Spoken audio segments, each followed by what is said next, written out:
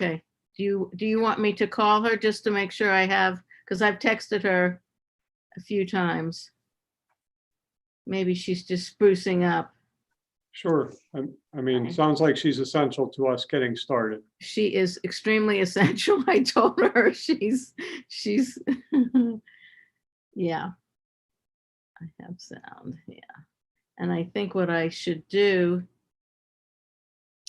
if I hide my video, then I can access the talking points should I need to be. I don't have to be seen though. Is that, well, I would need a split screen, right? In order to see a Word document or an email with you. I think so. And I don't know if I know how to do that. Yeah, I don't either. My goal was to not have any chit chat before this started. I mean, before it started only, not during, you know what I'm saying? Right, right. The sign of a true professional, even though I'm totally new at this in terms of presenting. So let's see, I'm gonna look around. So have you ever run your own Zoom presentation? I have not. We have 4 or 5 people in our office now that are very adept at this, and we shamelessly rely on them. And boy, am I jealous. Yeah, I've been cramming on how to do Zoom everything for the last week. So I've learned something, but I don't know if I know enough in a pinch. Let me give her a quick call. Oh, what time is it? 53, we have 7 minutes. I'm gonna put her on speaker.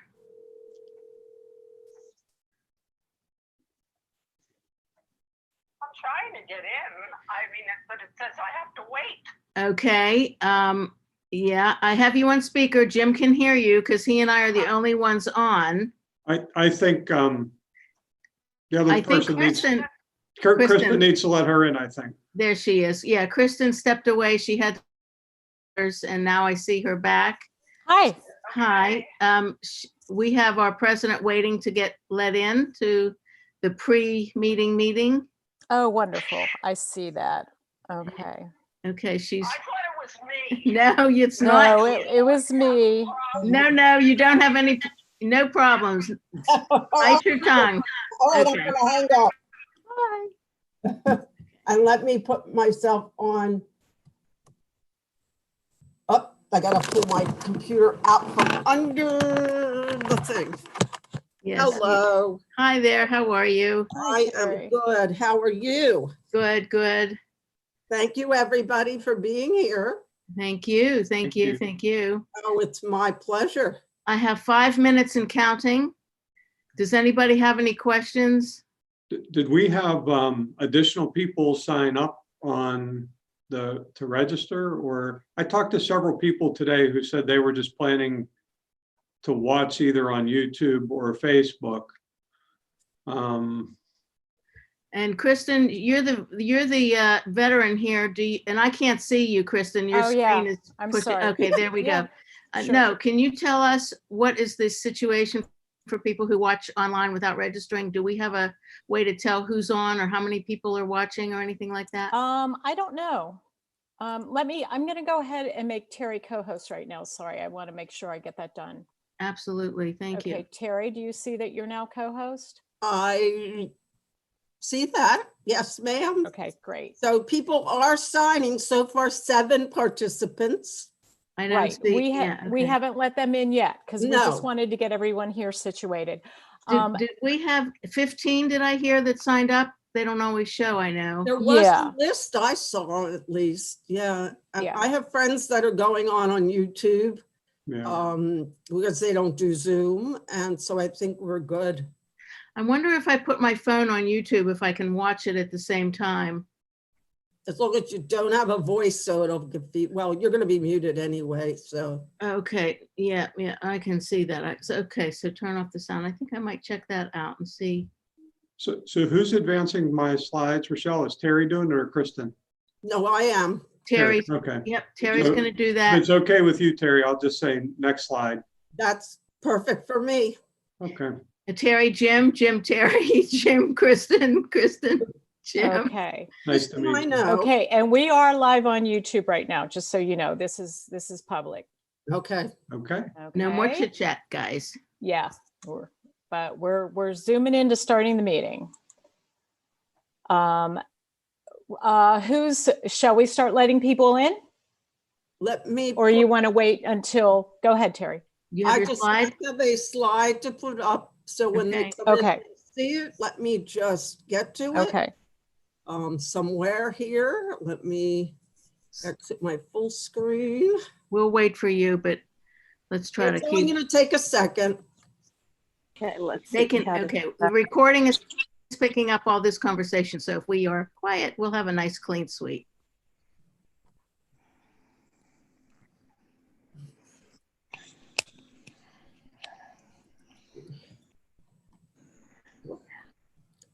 That's not the slide I want. Sorry about that. Hang on. This is, and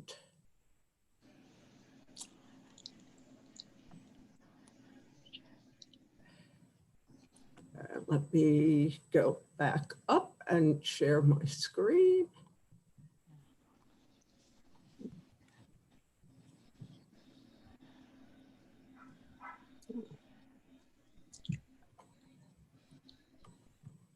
Live, is this live?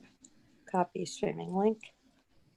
Oh, I don't know. What that is. Oh, gosh, I don't, That for a bigger view? Okay. where is this? Should be there. Sharing the screen. Hang on. Terry, it looks good. We can see it. Oh, Yes. I can't. Okay. Yeah, we can see Yeah. it. It looks good. And you have command of the slideshow, right? So you can help advance. Right. Right. Let me make sure I could see things. That's my problem. Okay. We're 1 minute and counting, folks.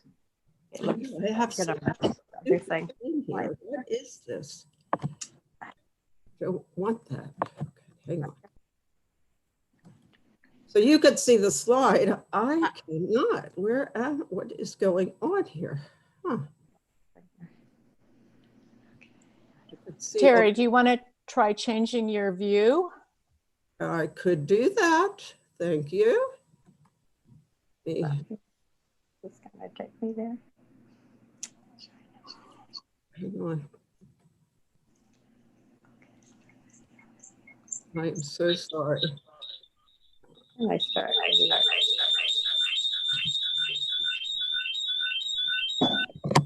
Trying to-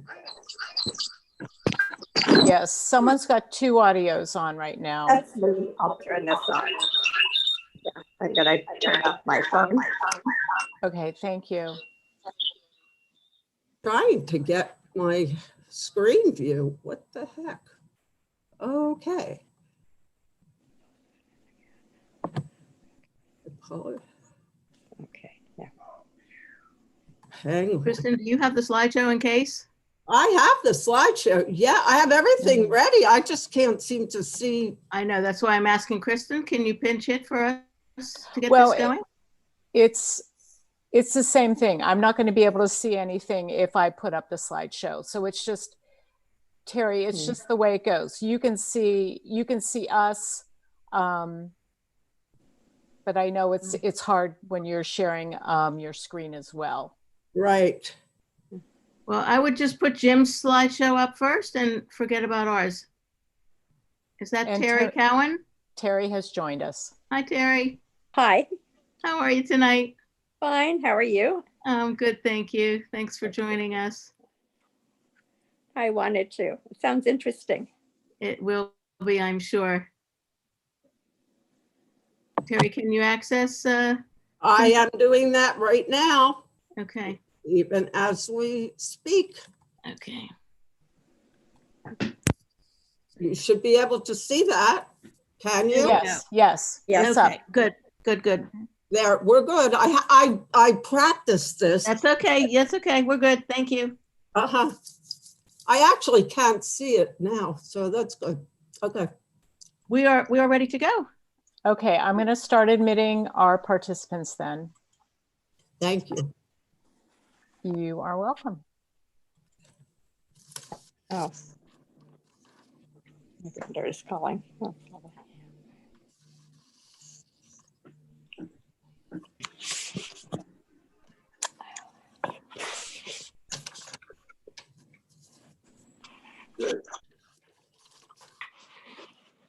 Hello.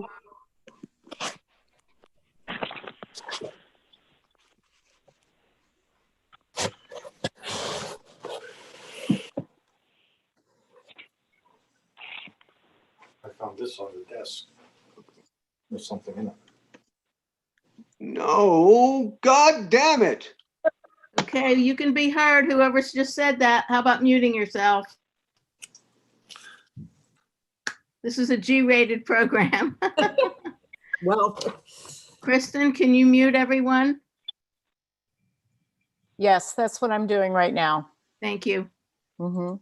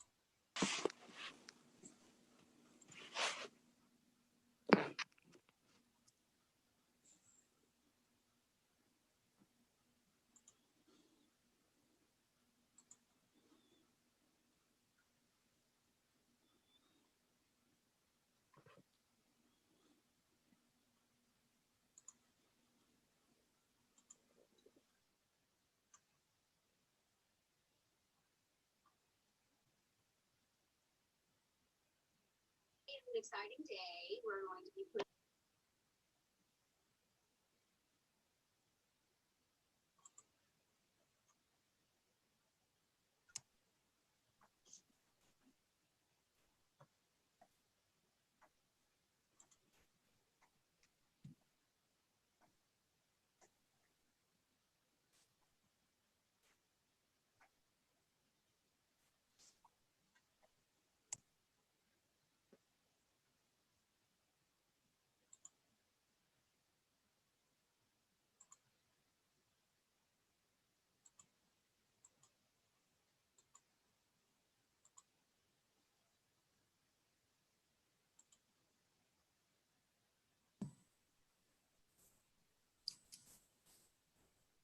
All right, Terry.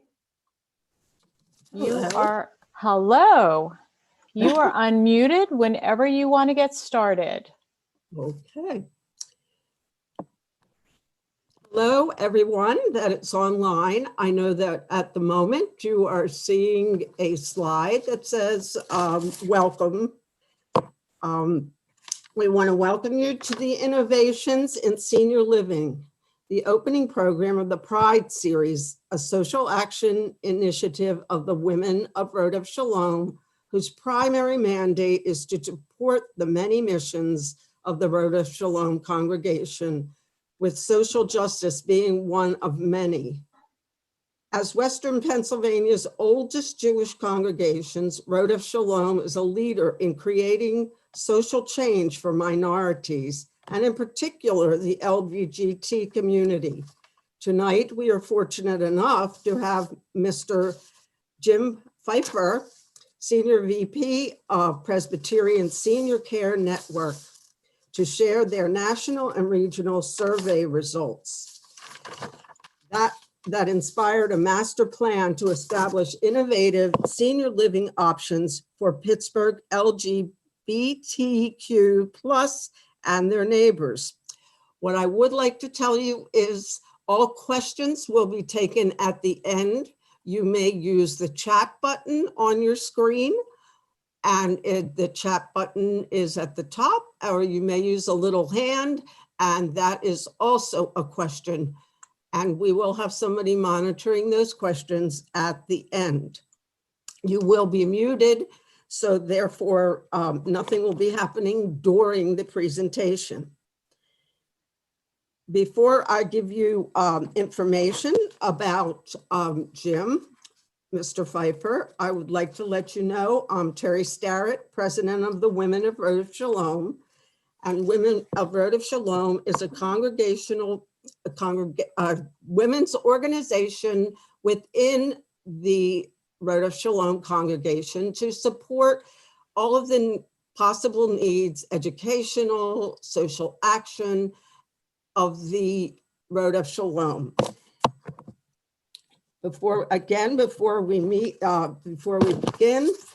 I would like to, it is now my pleasure to tell you a little bit about Mr. Jim Pfeiffer. Jim is the Senior VP, Vice President of Presbyterian Senior Care. He oversees operations of retirement communities and affordable housing communities, as well as responsibility for new project development and sales and marketing in Western Pennsylvania. Jim is also president of Senior Care Network Incorporated, the management consulting affiliate of Presbyterian Senior Care. Mr. Pfeiffer holds a master's degree in health administration from the Graduate School of Public Health at the University of Pittsburgh. He has over 34 years of affordable housing and long-term care experience, all at Presbyterian Senior Care. Jim has served on several national and state committees on affordable housing and services. He has been involved in development and renovation of over 40 communities serving seniors and persons with disabilities. Jim is currently serving on the MLTSS subcommittee for the implementation of community health choices.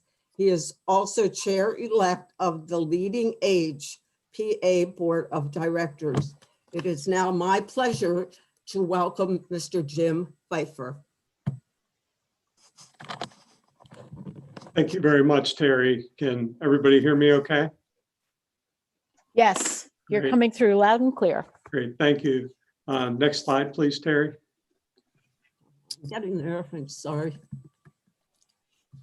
So it's a pleasure for me to be with all of you this evening to talk a little bit about our efforts in working to serve the LGBTQ senior community.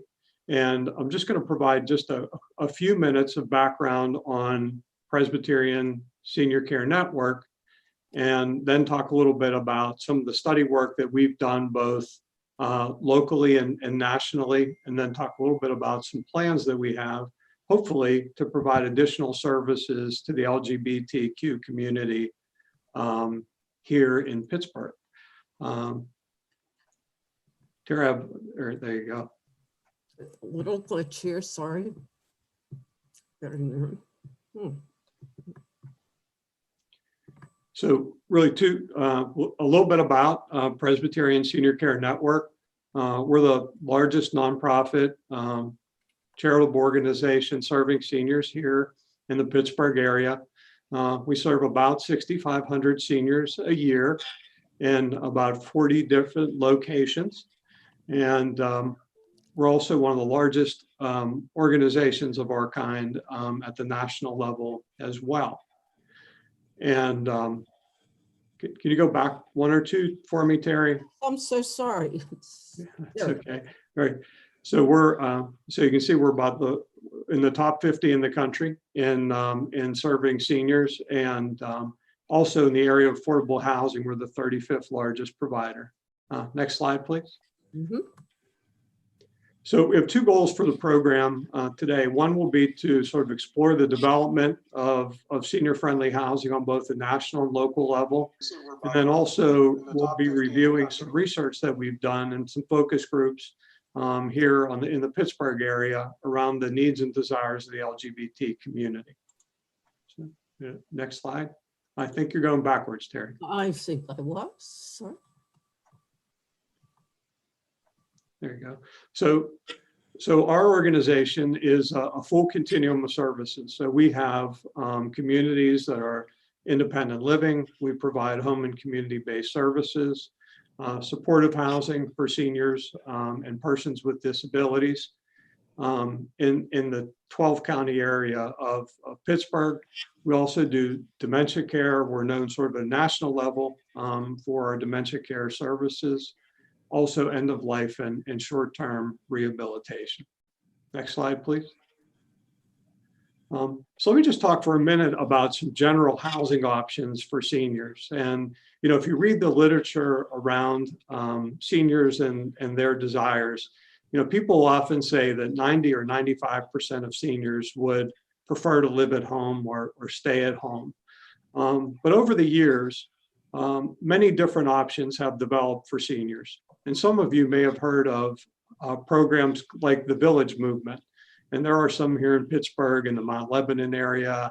There's a large village community in Washington, D.C. and in the Boston area where seniors band together and try to work and support each other and form neighborhood coalitions. There's also a lot of home and community-based services available through services like the AAA, the Allegheny County Area Agency on Aging. Many hospitals provide home and community-based services. There's also a lot of options in the affordable housing side. So many of you may be familiar with HUD communities through the Housing and Urban Development Department or through the Pittsburgh or Allegheny County Housing Authority.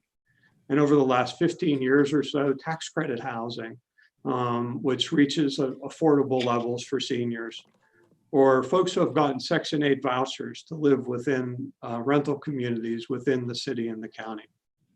There's also a lot of seniors who just choose traditional market rate apartments, things that maybe aren't non-age restricted, just apartment buildings that are available throughout the Pittsburgh region. But there are also some age restricted communities, some at 55 or 62 and over. Some of those are out there. You may have seen advertisements recently for Vincentian Collaborative Services or Waters Group or other organizations. And then there are many naturally occurring retirement communities in communities like Squirrel Hill, in communities like Bellevue, apartment buildings that are mostly seniors and seniors are attracted to because of their convenient location and opportunities.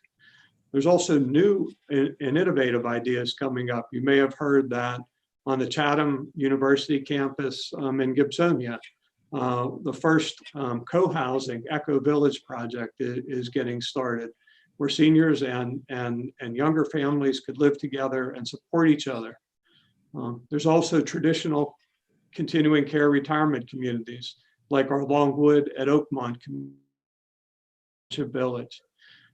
Many of these are very attractive to seniors because they provide the full continuum of services, both independent living and care, all on the same campuses. And then there's also retirement communities without walls, like our Envisions program, formerly known as Longwood at Home, where you can have long-term care insurance and many of the amenities of a continuing care retirement community while remaining in your home. So there's a lot of options for seniors to evaluate as they explore opportunities for the future. Next slide, please.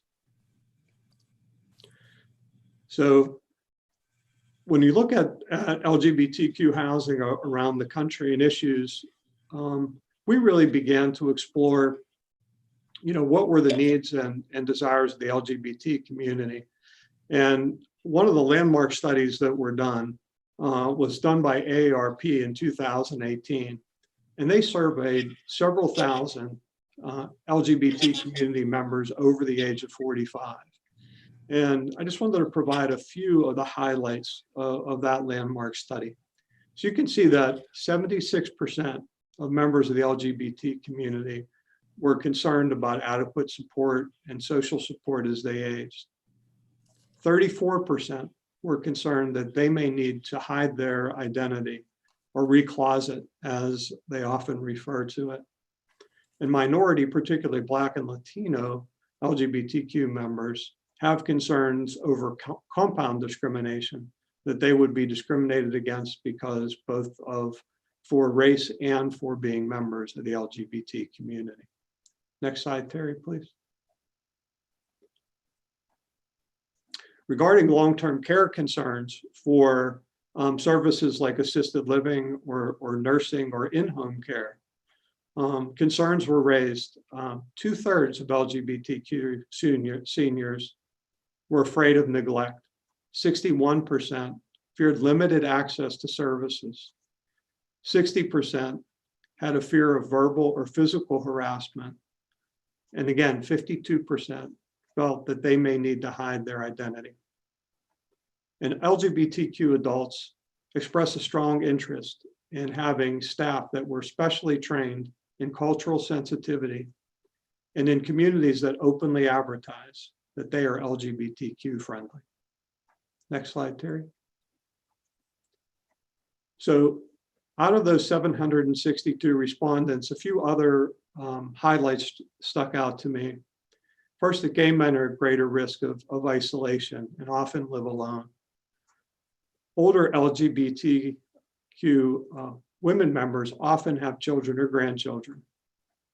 Participants feel they have weak support from their families. They fear discrimination and prejudice in their healthcare relationships. And 90% indicated an interest in an LGBTQ welcoming senior community. And many also had widespread concerns over legal protections. And we'll talk about that a little bit more in a future slide. Next, Terry.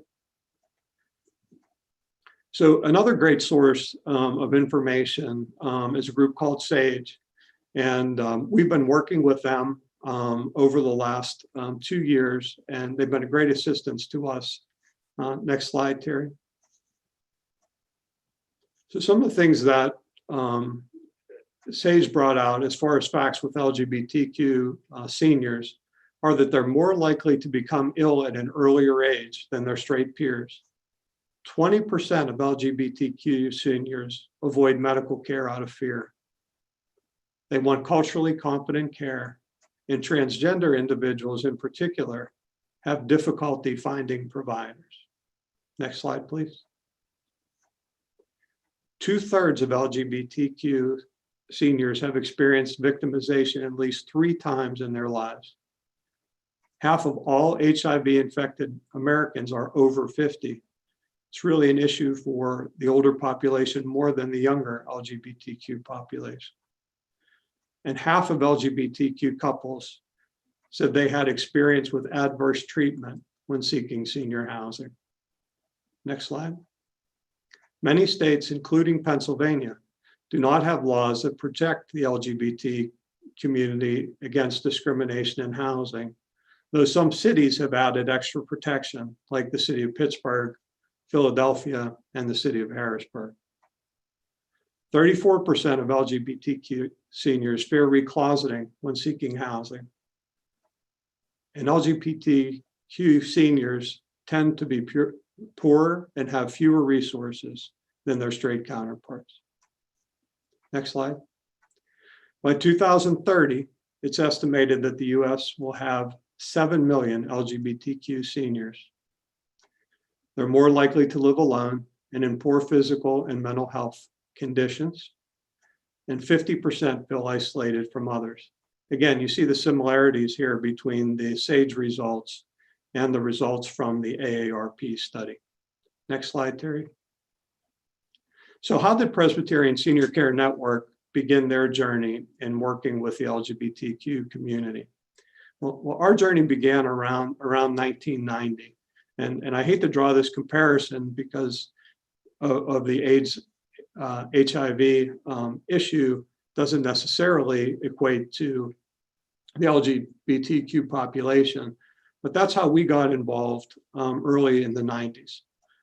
When many care communities and organizations were not willing to reach out to serve the needs of the HIV/AIDS community, Presbyterian Senior Care, along with the Kane Regional Centers, Pittsburgh Mercy Health System, Shadyside Hospital, and a few others, kind of raised their hand in the 90s and said, we're willing to help and provide services to persons with AIDS and HIV.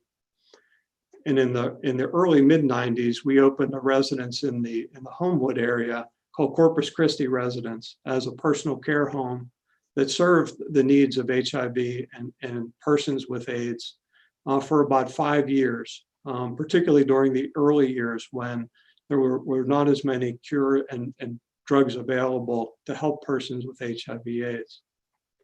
We also were fortunate enough to get funding from the Department of HUD and at the federal level in HUD Housing and Urban Development to develop 2 specialty communities, one on Negley Avenue in the East Liberty area called Negley Commons, and one in the north side called Page Place, that serve persons with disabilities with special programming for people with HIV/AIDS, which is considered by HUD to be a physical disability.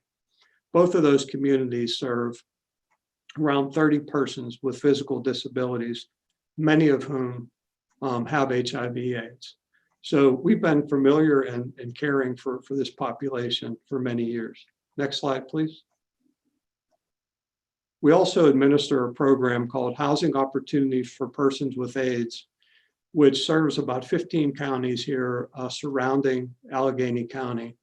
And we've served between 700 and 1,200 persons with AIDS who need emergency assistance with rental and other services, particularly in the housing arena.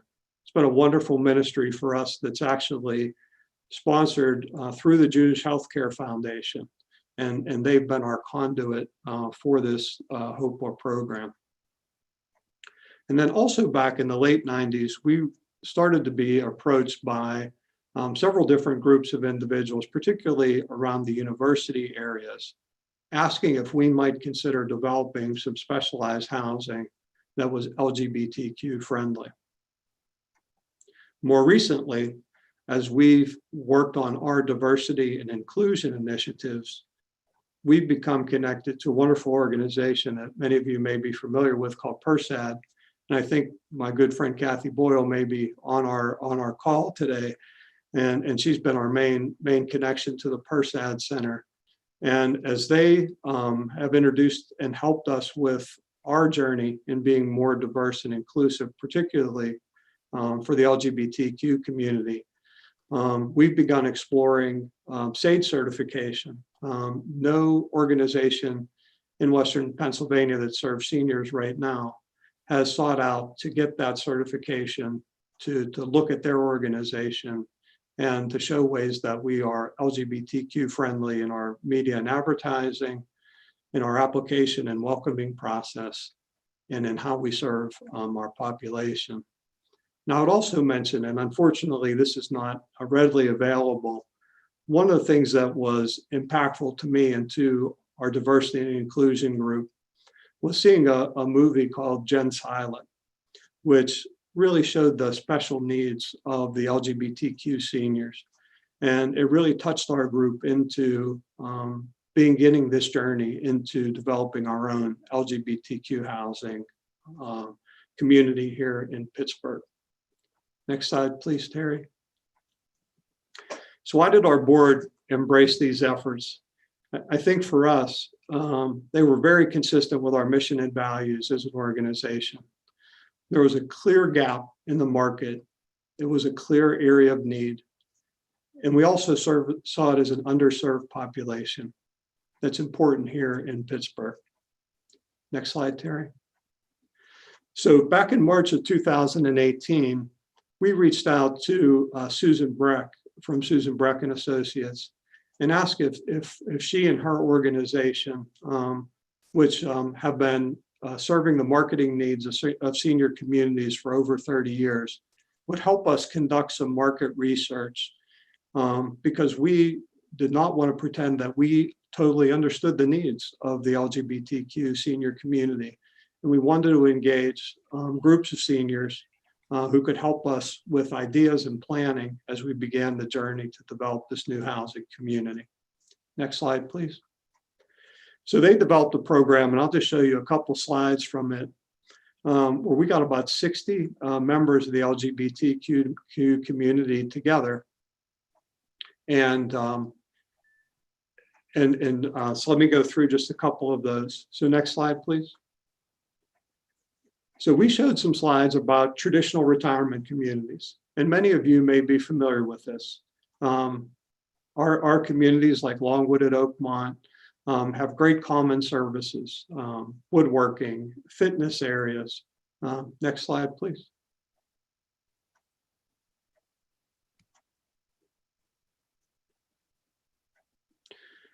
And then we tried to reach out and find out what types of LGBTQ senior communities were out there around the country.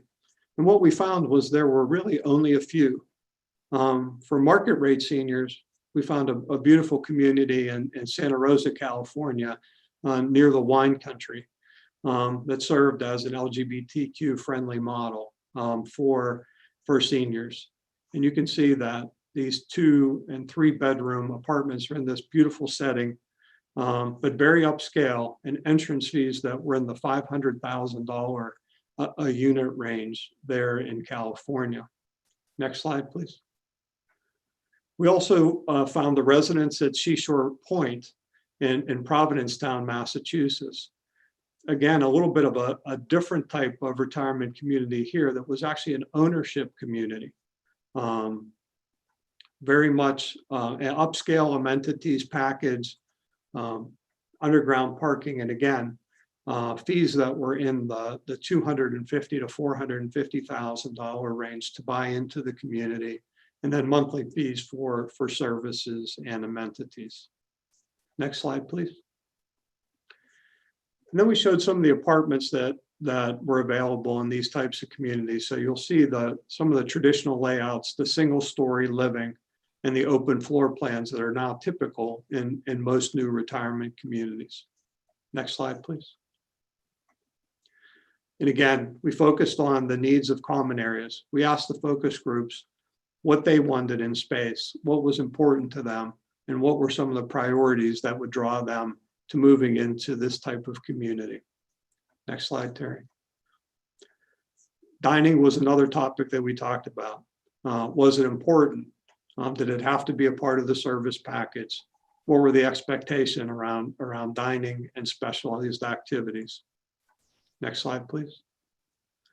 And so here's a quick summary of some of the results that we found from those focus groups. Next slide. So over 60 people participated, which was terrific. We reached out to about a little over 100 participants, and over 60 people attended, which is an unheard of percentage return. It was a diverse group. It wasn't all seniors, but it was a mostly senior population. They came from different income levels, and some of the participants were from organizations that served LGBTQ communities. We had very positive discussions around the need for LGBTQ friendly housing. There was great interest in moving into such a community in the future. And there's a graphic that I'll show you here in a second that kind of hits some of the highlights and the key ideas that were raised during the discussion. One of the interesting things that came out of the focus groups was a real focus on mixed income. They didn't want the community to just be for low income seniors or just for wealthy seniors. They wanted to have a mixed income community, which I thought was really very progressive. And they also talked about it being a community of like-minded residents. Because obviously when you do a community like this, it can't be marketed exclusively and only to LGBTQ folks to move in. But the specialized programming and the way that we would advertise this community, we would advertise it as LGBTQ friendly. Next slide, please. They also talked about the importance of staying connected to neighborhoods, trying to be part of a fabric and not being on an isolated campus. They wanted vibrant activities and lifelong learning. The idea of connecting to the university community or university programs came out very clearly during the discussion. They wanted culturally competent staff in the community who understood the needs and desires of the LGBTQ community. They talked about the need for social spaces, fitness and wellness, and pet friendly came up strong at every single focus group that we had. We actually had 5 separate sessions for those 60 participants. They wanted a modern feel, not a traditional senior design. They wanted something that was more artistic, something more modern. They also talked a lot about the need for concierge services and care coordination, the ability to have people navigate them through the healthcare system in the future came out as a strong need as a part of what would draw them to a specialized community. Next slide, please. So this is the demographic or the graphic that showed some of the things that really came up as important in this, and she put this together. So you can see some of the concepts in here, the importance of outdoor space. Safety was a huge issue as we talked about the community, having a sense of connectedness, lifelong learning, gathering spaces. So this graphic was something that we will hold with us as we continue our planning that highlighted the key responses from those focus groups. Next slide, please. And then as a follow-up to this, we did identify a few apartment complexes that we were able to see in our journey. And the first one is actually on the other side of the state in Philadelphia. And it's called John C. Anderson Apartments, and it's near the convention center in downtown Philadelphia. Next slide, please. And this was a beautifully done building. It's less than 5 years old. It was done as a part of a redeveloped block in the downtown area of Philadelphia, right next to a brand new Marriott hotel. 59 apartments with this beautiful garden area. The apartment building was modern, it was friendly. We had an opportunity to tour the apartment with 2 of the residents and 2 of the board members and see the wonderful amenity spaces they had as a part of being in Philadelphia. And they were in close walking distance to restaurants and stores. They were on the transportation line. It was an excellent real estate location and very well done. Next slide, please. And we also had an opportunity to visit Town Hall Apartments in Chicago. Again, 79 all affordable community near Wrigley Field in Philadelphia. Next slide, please. And it's also physically connected to a fascinating senior center called the Center on Halsted that has almost all of its programming specifically geared towards LGBTQ community, seniors in particular, but the general community as well.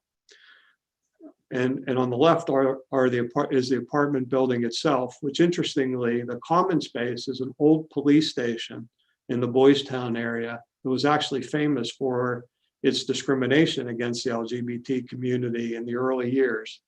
They used that as the common space and then built this modern looking apartment building onto it as a complete center for LGBTQ seniors.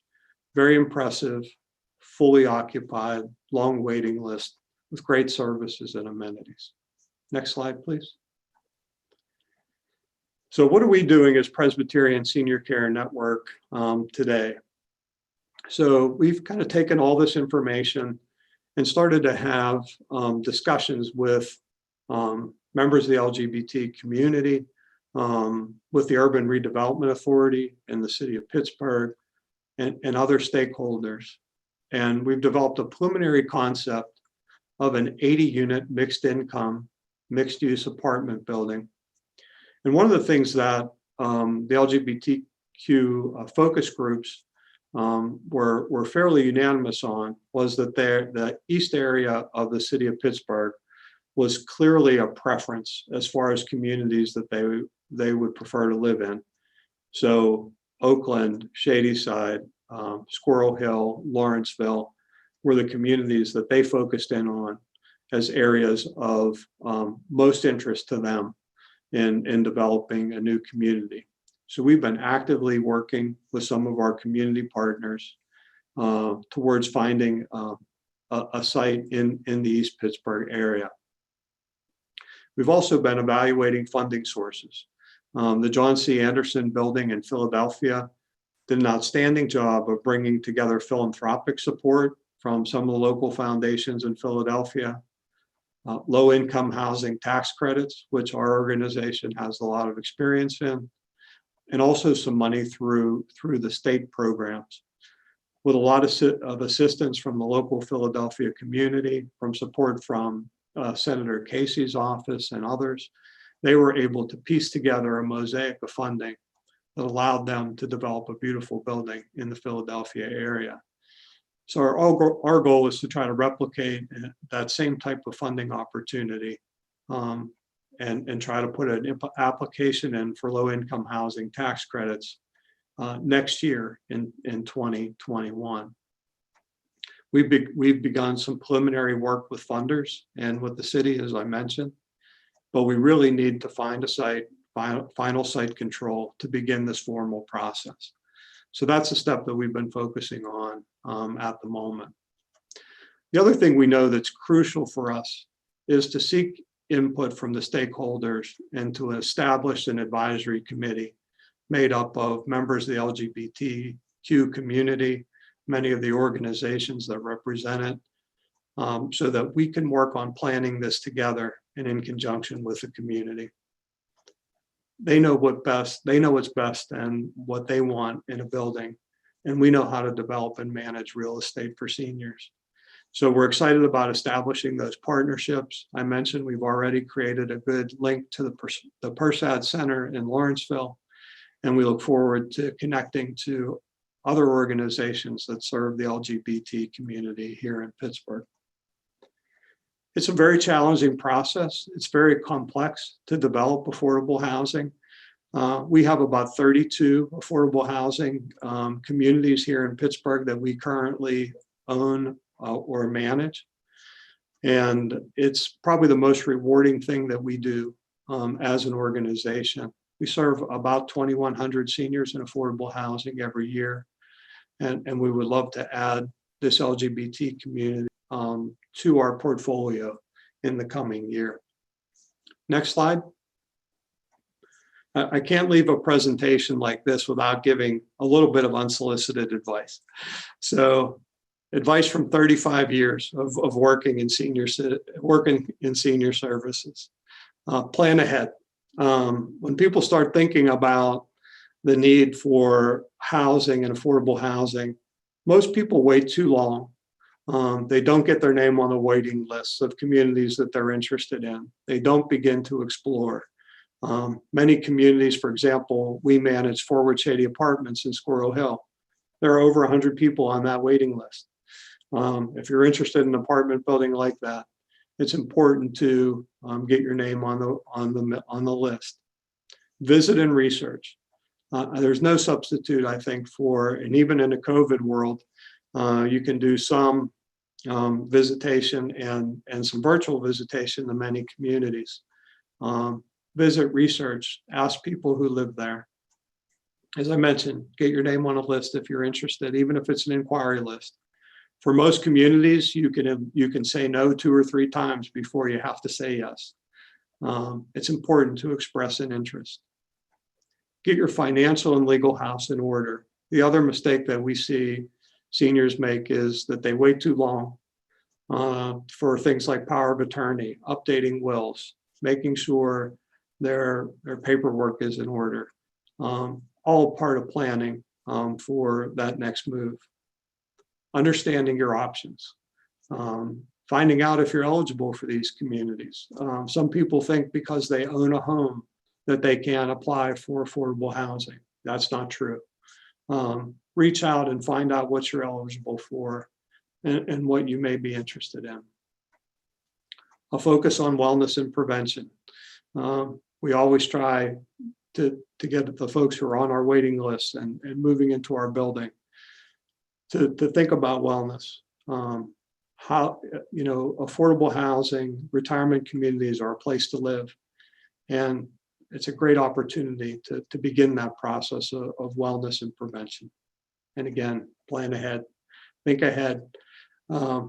People wait, if you wait till there's a crisis, you get what's available. And that's not what most people want. They want to make a conscious choice and they want to think ahead about their care needs. So with that, last slide. I'll take your questions, feedback, comments. I hope this was helpful both from the perspective of LGBTQ housing as well as just some senior housing options in general. It's been my privilege to do a great deal of work in the Jewish community over my 35 years. I was honored when I was asked to do this opportunity today. Rodef Shalom has been a good supporter of our organization. We've held many events there, and I was so pleased and honored to be asked to do this presentation today.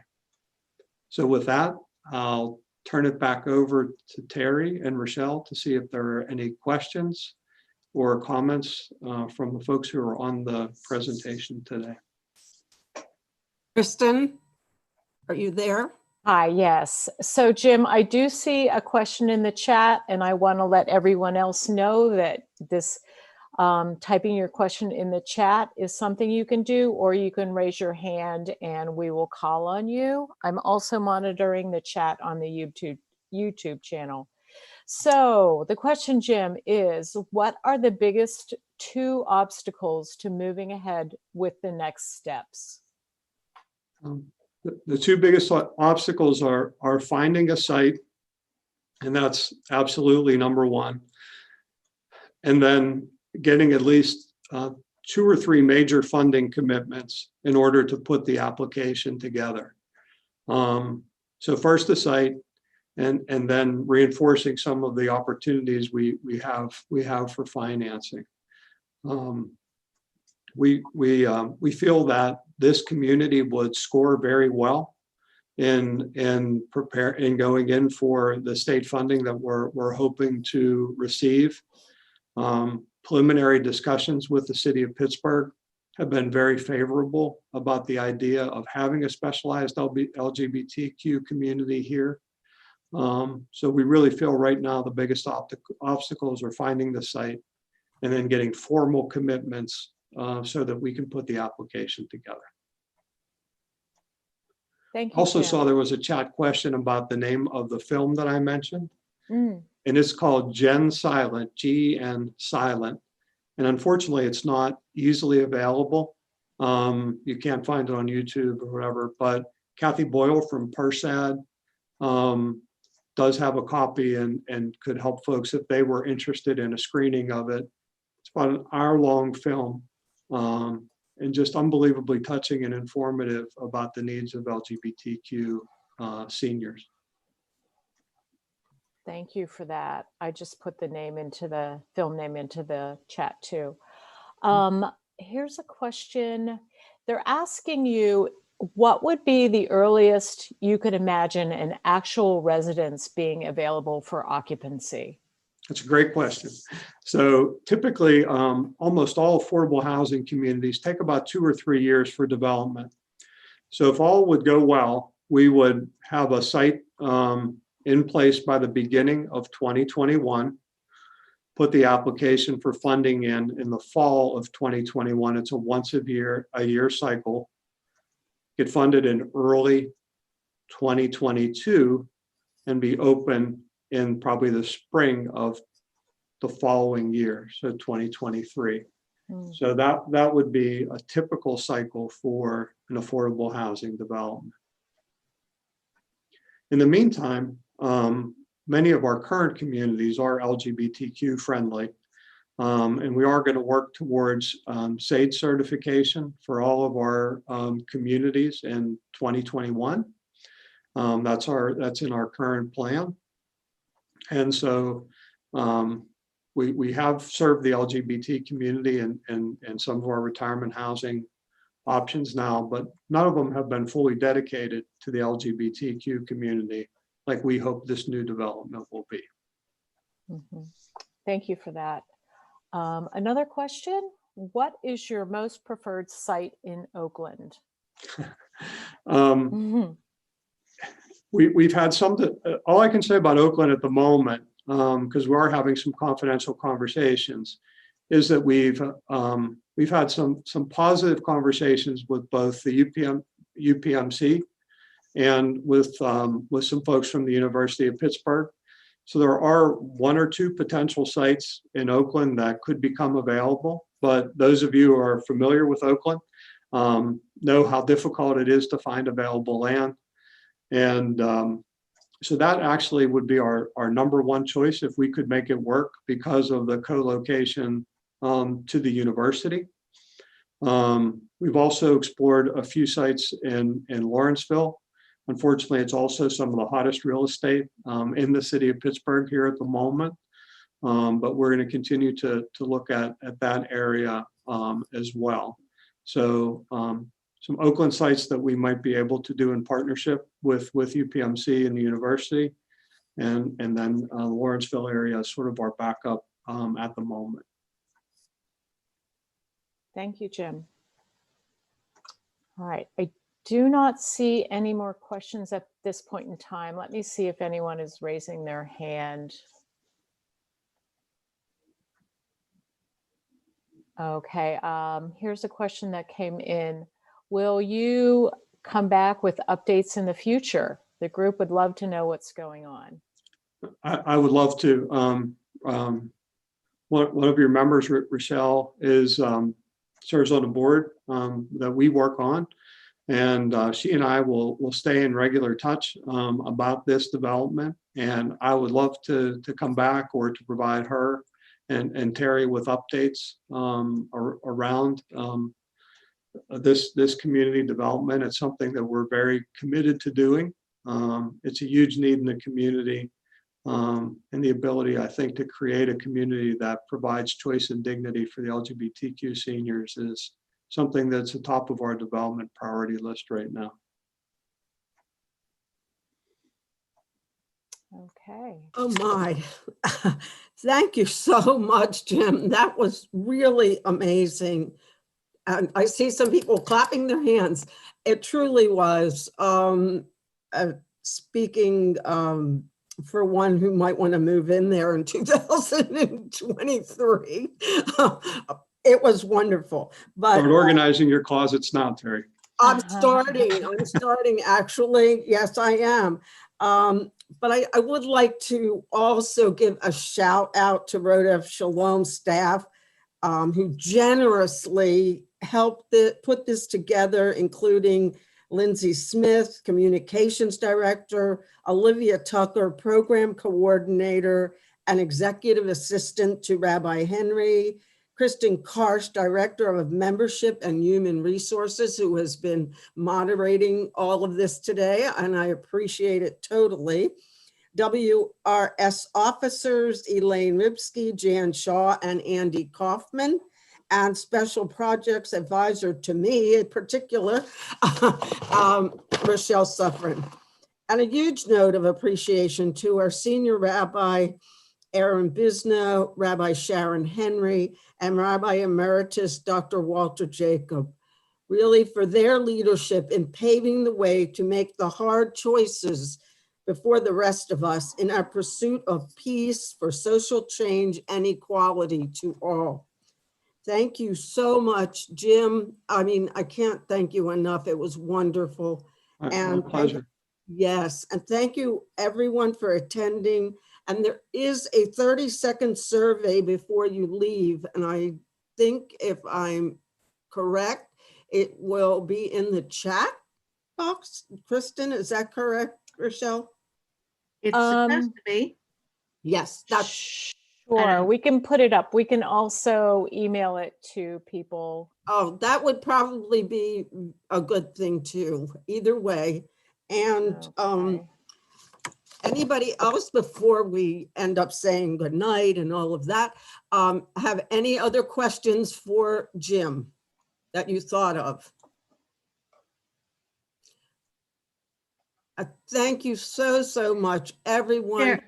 Yes. Terry, I think, Jim, did you have some final remarks that you would like to offer? No, I think that's it, Rochelle. Thank you. Okay. I just, as I mentioned before, really appreciate the opportunity to get the word out around this housing development. We really hope and have already received some great community support. And again, thank you to all the members of your group. I appreciate you having me this evening. If there's anything further we can do to help support the project, please please let us know, and we hope you'll accept our invitation to come back in the near future to give us an update. So thank you very much. Happy to do it. Thank you. Thank you. Jim. Everybody online, please, I saw Kristen put up the question, the evaluation, our survey, and please be safe and stay well and wear your mask. And that's it. Good night. And we really, really appreciate your being here. Thank you. Thank you. Thank you, folks. Have a good night. Absolutely. Thanks, Kristen. You're welcome. Nice working with you. Oh, pleasure. All right, I'm going to end our meeting and Okay. end the live stream. Good night, everyone. Good night. night. Bye, everybody.